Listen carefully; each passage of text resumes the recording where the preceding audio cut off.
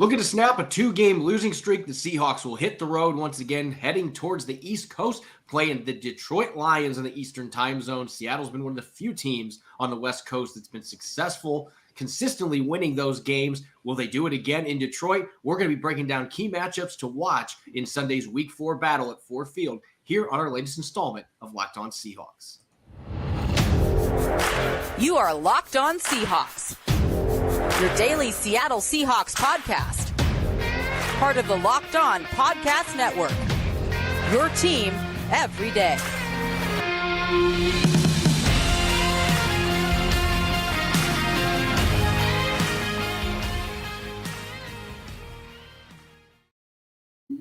Greetings, 12. This is Corbin Smith, your host for Locked On Seahawks. Joining me for our latest Matchup Wednesday, my co-host in crime, Rob Rang. Thanks to all the 12s out there for making Locked On Seahawks your first listen 5 days a week. We greatly appreciate it. As I just mentioned, it is Matchup Wednesday. The Seahawks have a road date at Ford Field with the Detroit Lions coming up on Sunday. A banged-up Detroit Lions squad that may be missing some key players. We're going to keep that in consideration when we look at our matchups to watch heading into this week. Jam-packed episode coming your way, and it's brought to you by LinkedIn Jobs. LinkedIn Jobs helps you find the candidates you want to talk to faster. Post your job for free at linkedin.com/LockedOnNFL.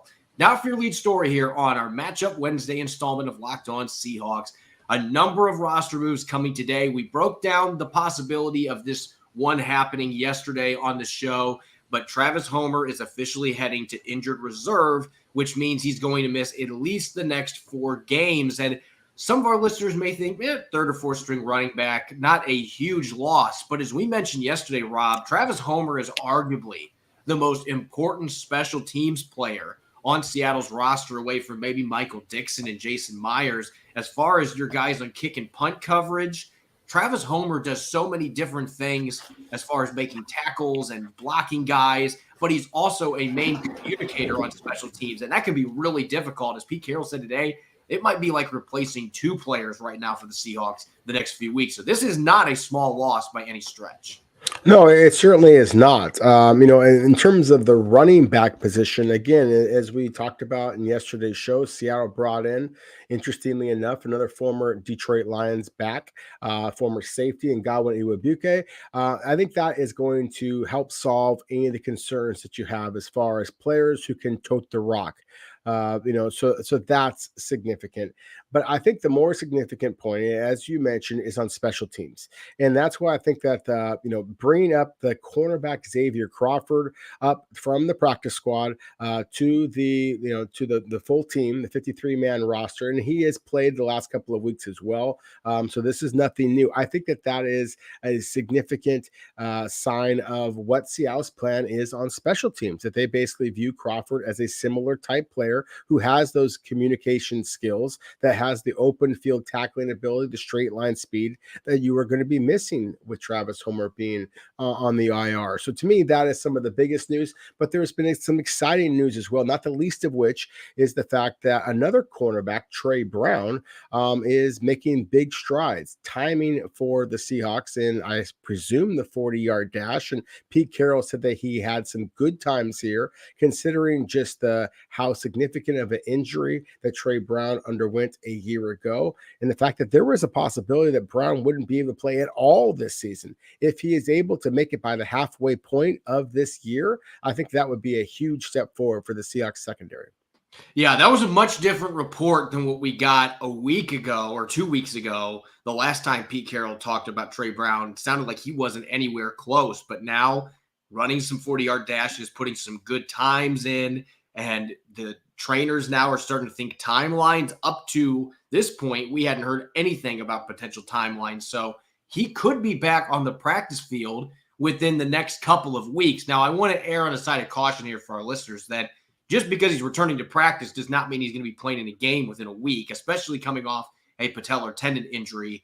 They are going to be cautious with Trey Brown, and they're going to make sure he's 100% healthy, that he's gotten enough time on the practice field to show that he's ready to return to game action before they make that move. And they're going to have a 21-day window whenever they try to activate him from the PUP list. They will have that 3-week window till they have to either put him on the 53-man roster or put him back on injured reserve and he's done for the season. You hope that that latter scenario is not the one that plays out. So you want to make sure that you don't rush him too quickly coming back from an injury that I still believe is maybe the most significant one short of a neck injury that you can have in today's NFL. Patellar tendon injuries, they've made strides, but this is still an injury that a lot of guys don't come all the way back from. So the Seahawks are hoping that is not the case with Trey Brown. And assuming he gets back healthy, I think where he really makes things interesting, he was playing on the outside last year, but he has played some slot in the past. And if Kobe Bryant doesn't really latch to that position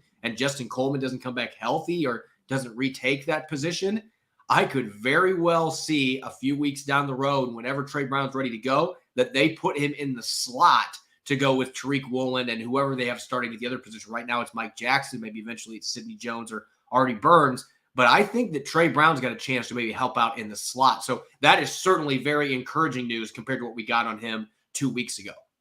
It is encouraging news, and I would agree with you. I've been really impressed by Trey Brown on the outside. I think anybody who watched the Seahawks had to be impressed by what he showed in his limited opportunities on the outside for the Seahawks a year ago.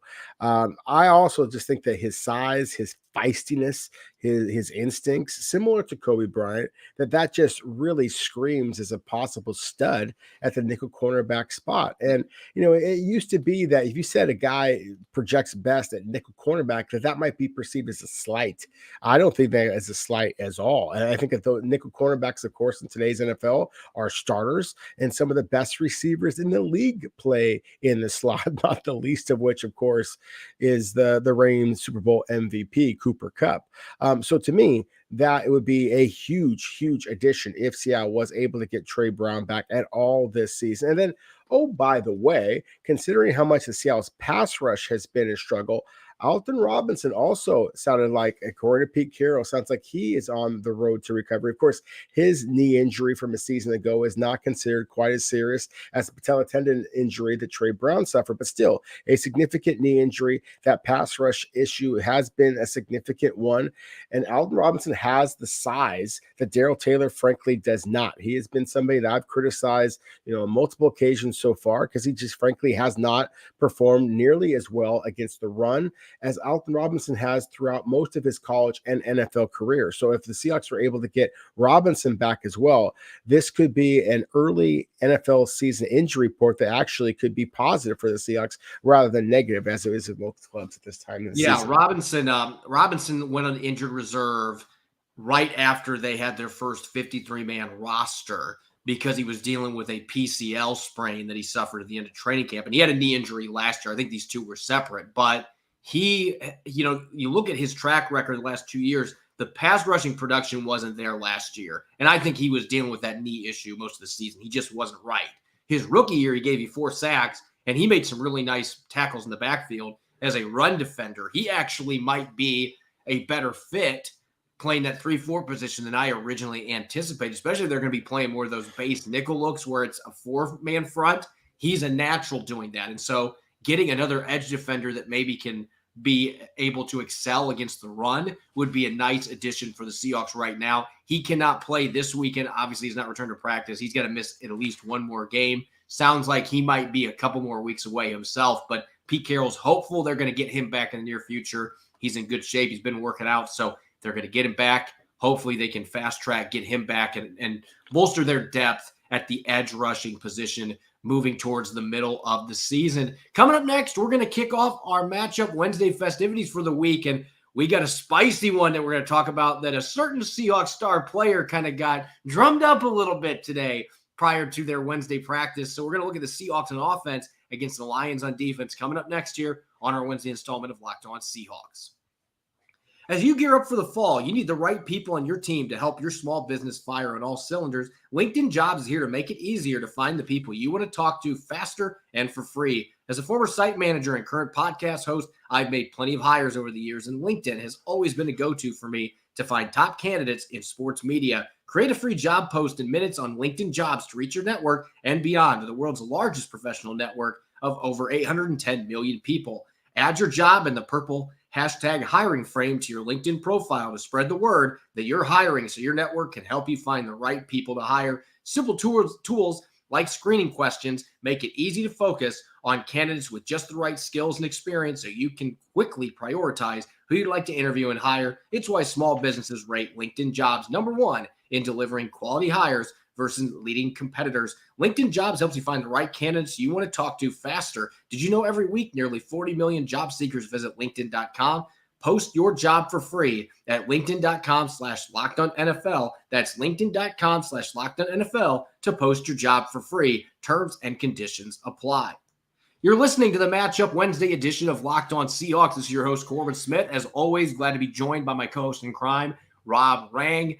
We got the Seahawks set to go on the road for the second time this year. They lost 27-7, their first road game in Santa Clara, hoping they don't repeat that disaster, going to Ford Field, their first Eastern time zone game of the 2022 season. Let's start with the Seahawks on offense, Rob, going up against the Lions defense that right now, at least in terms of points, they rank dead last in the league. It has been a struggle for this defense.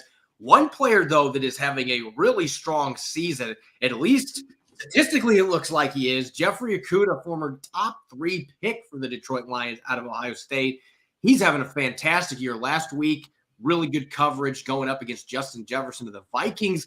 I asked DK Metcalf today what he has seen on film from Justin Jefferson, and he made it clear, and not what he has seen on film, not from Justin Jefferson, but from Jeffrey Okudah. And this is what he had to say to it. He said he's got a safety behind him, so he's not really locking people down, but he's a good corner.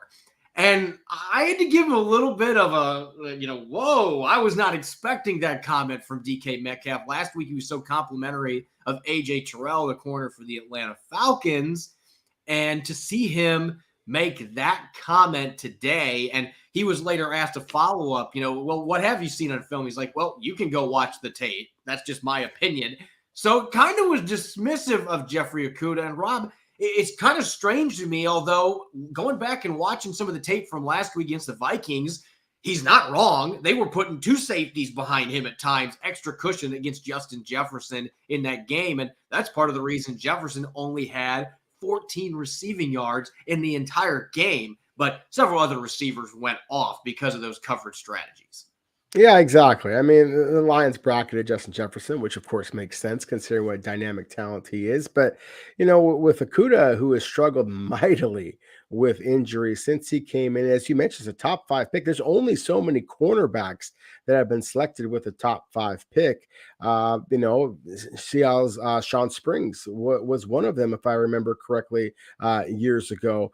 Okudah has played a total of 13 NFL games in 3 seasons in the NFL since being selected that high. So just the fact that he has started the last 3 games is a step in the right direction for this former superstar from Ohio State. And I would agree with Metcalf to a point that, again, he is being protected in the back end by some pretty solid safety play, by a better pass rush than the Lions have had in the past. A big deal, or a big part of that is, of course, their number 2 overall selection, Aidan Hutchinson, who we'll be talking about here in a moment. But at the same time, I can tell you this, Okudah can move. I mean, this is a guy that I like to use the term greasy knees, guys that just change directions really smoothly. And he certainly can do that. He has the 4.3 speed to be able to run stride for stride with DK Metcalf. This is a 6 foot plus kind of guy with the long arms. And even though he doesn't have a single interception in his NFL career to this point,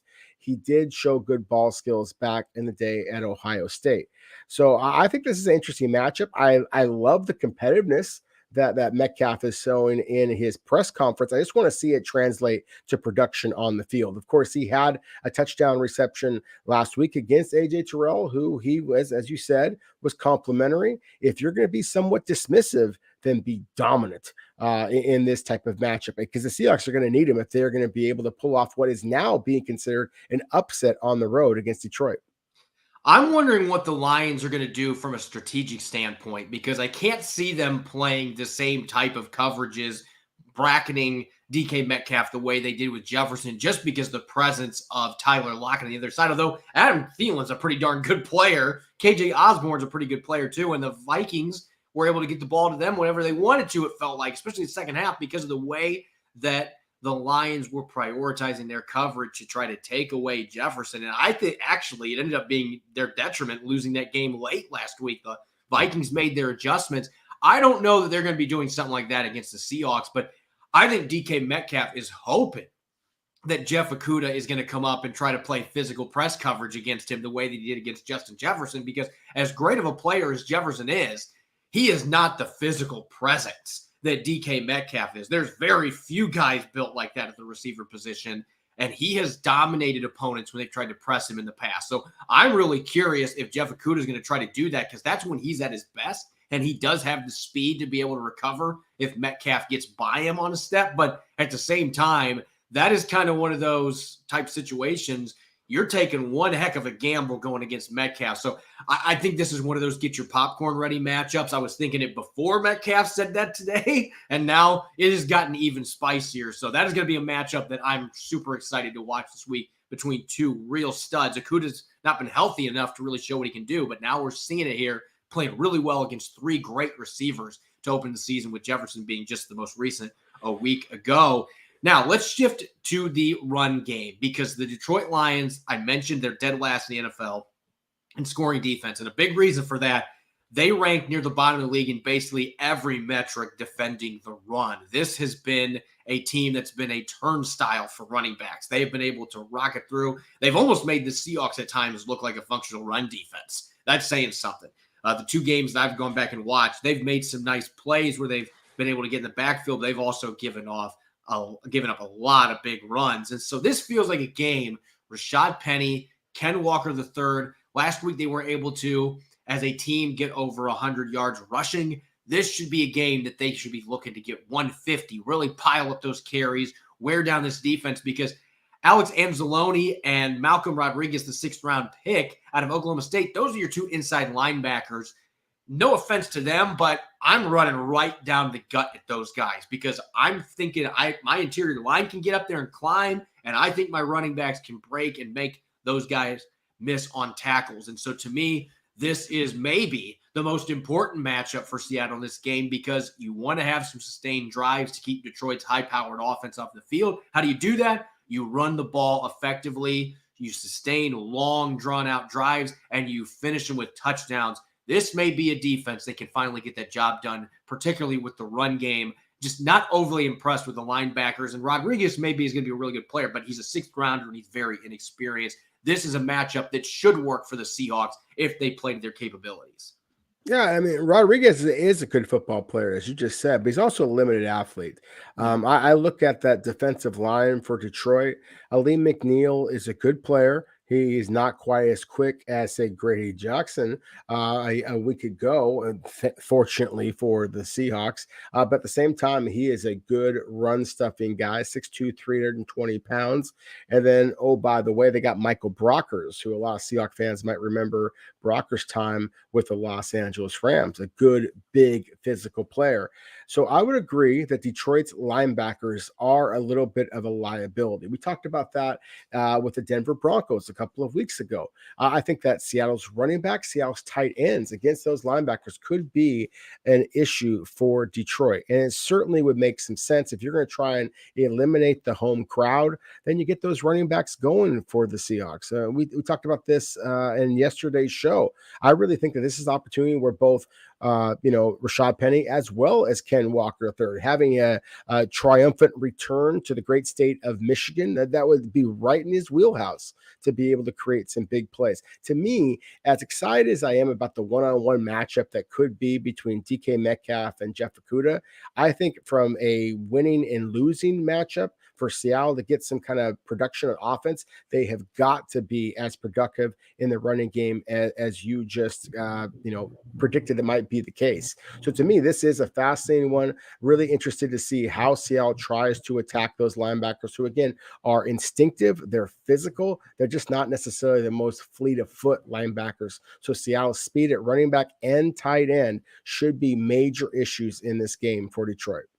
And Seattle really, I think, is on the cusp of breaking out with their run game. We saw it last week. They were so good the first couple drives. And then late in the game, Penny had a couple nice runs. But it was very inconsistent as the game went along. They are looking for 4 quarters where they are able to run the football effectively. I think they're very close to getting that going, and this is the right opponent to take that next step against. But at the end of the day, you're still going to have to be able to win in the passing game if you want to go on the road, especially because the Lions are going to put points on the board with the weapons they have. Number 1 offense in the NFL. They are going to put points on the board. You're going to have to be able to put some points on the board yourself with the passing game. And for Geno Smith to do that, they're going to have to keep him protected from Aidan Hutchinson. And Charles Harris, who led the team in sacks last year, former first-round pick, has kind of revitalized his career in Detroit.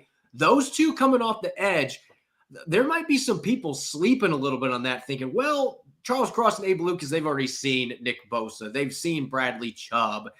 This has a chance to be one of the tougher matchups, maybe that people are overlooking a little bit for these 2 rookies, because Aidan Hutchinson is a number 2 pick for a reason. This guy has an endless motor, great bend off the edge, can win with power too. He's already got 3 sacks. He had all 3 of those in one game. So he's that kind of player that when he gets rolling, he can rack up sacks quickly in bunches. And Charles Harris is another guy that's got electricity and burst coming off the edge.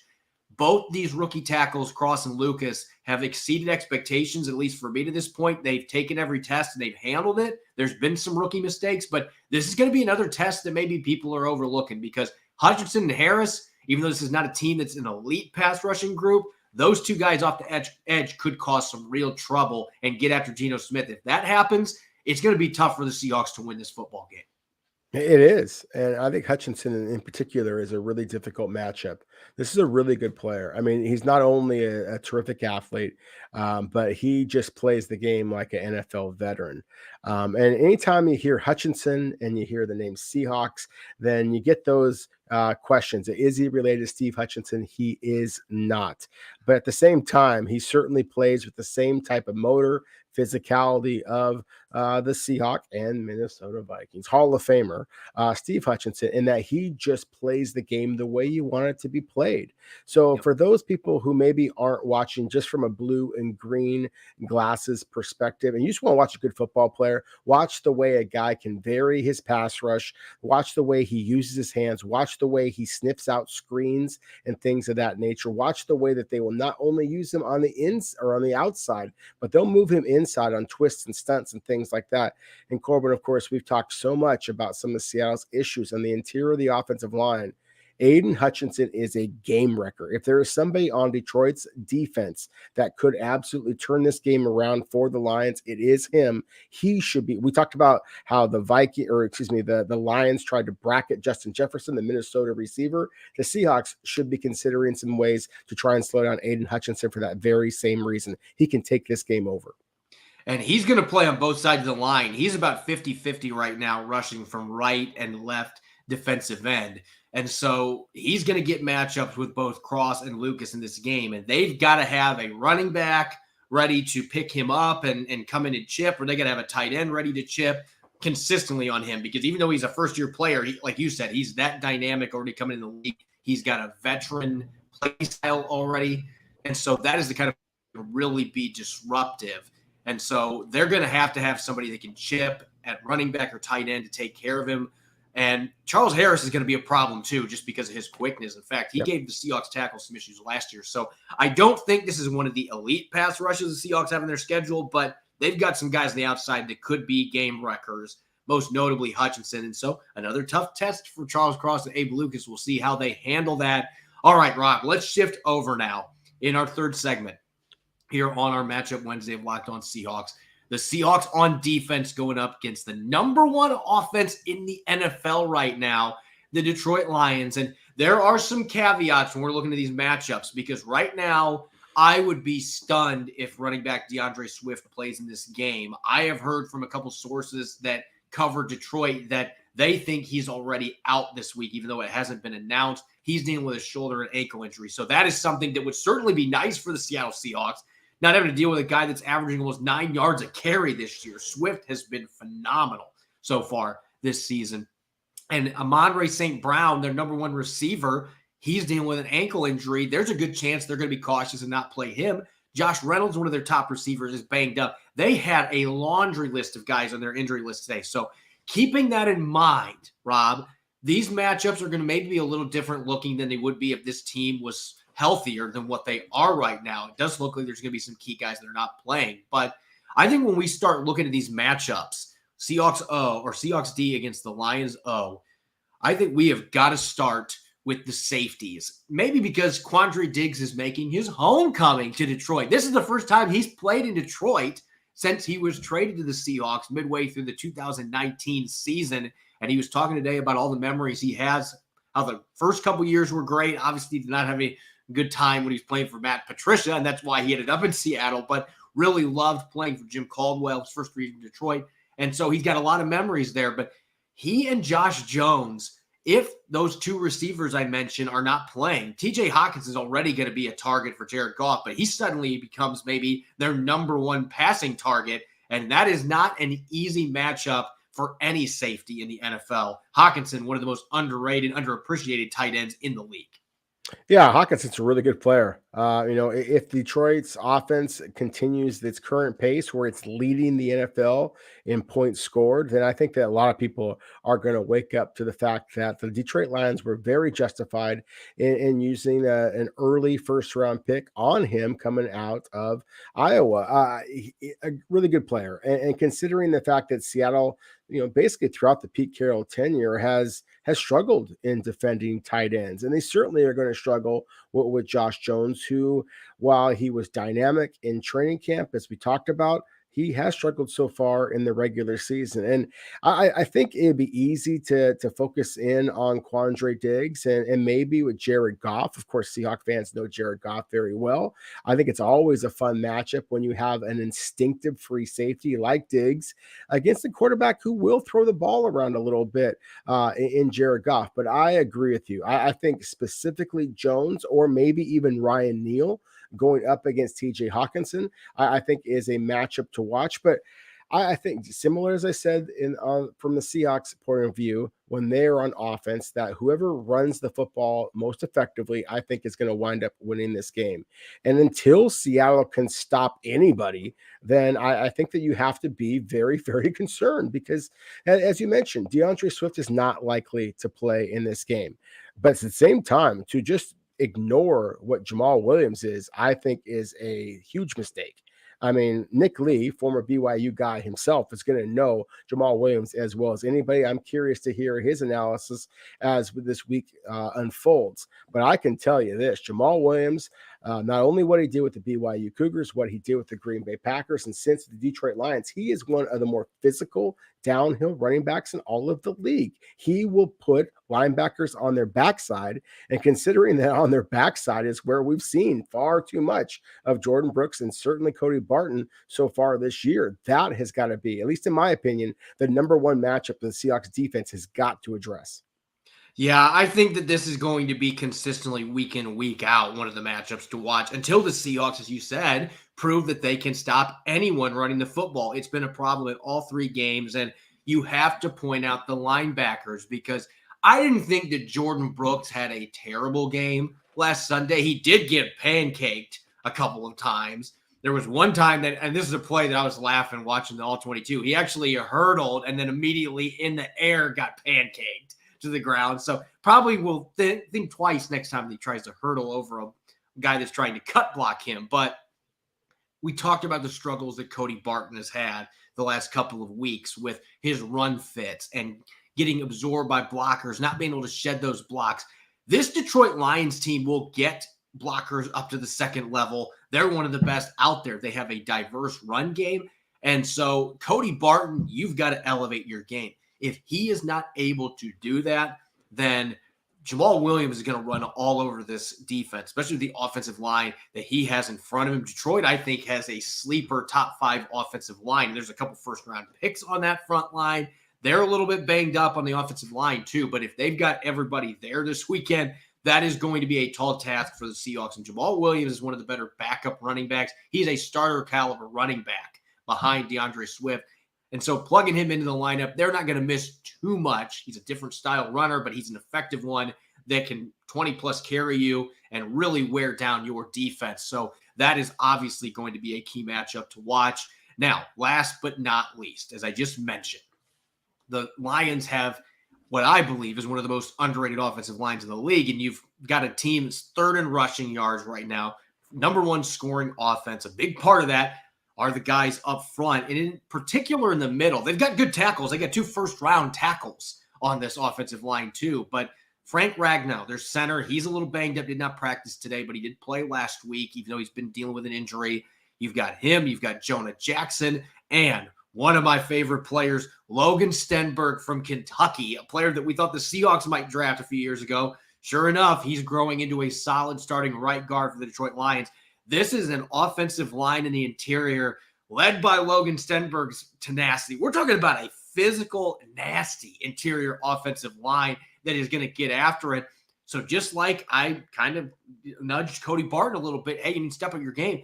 The defensive line in the interior, Al Woods has been really good all season, but the rest of this group, as Clint Hurt said today, they have been inconsistent. If you are inconsistent and up and down playing against this interior offensive line for the Lions, they are going to run the ball all over you, and they are going to dominate you in the trenches. Seattle cannot afford that. So really that front seven, I think, is the deciding factor for the Seahawks in this game. I think they're going to be able to score points on offense. I think Geno Smith's going to have some success against that secondary. I think they should be able to run the ball well, but you're not winning in Detroit against this team if that front seven doesn't make major strides, considering the talent that they're going to be going up against with this Detroit offensive line and their backfield talent.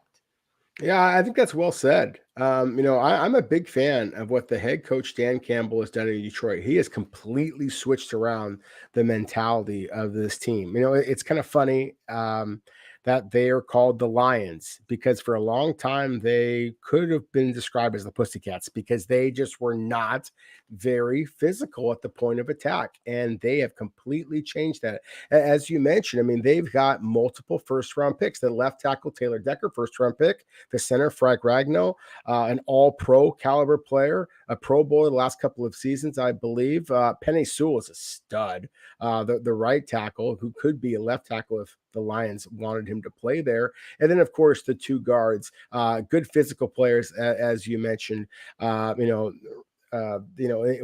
Logan Stenberg, again, one of our personal favorites, just because of that tenacity. They get after you along the line of scrimmage. And the only one on Seattle's defensive line that I've seen consistently be able to match that physicality has been Al Woods, the oldest player on your team. Shelby Harris, good football player, but again, a 30-year-old kind of a guy. So I wonder if Seattle is going to be able to match the physicality at the point of attack. And if they cannot, this is going to be another very difficult game to be able to overcome that. I just see a Detroit Lions team that I think might be able to control the clock. They're very similar to the way the San Francisco 49ers and the Atlanta Falcons the past 2 weeks were able to do so. At the same time, I just don't think that Detroit has the skill position talent that either Detroit or Atlanta had, and that's what makes this game that much closer, in my opinion. I really think this is going to be one of those kind of nip and tuck kind of football games, a really entertaining one.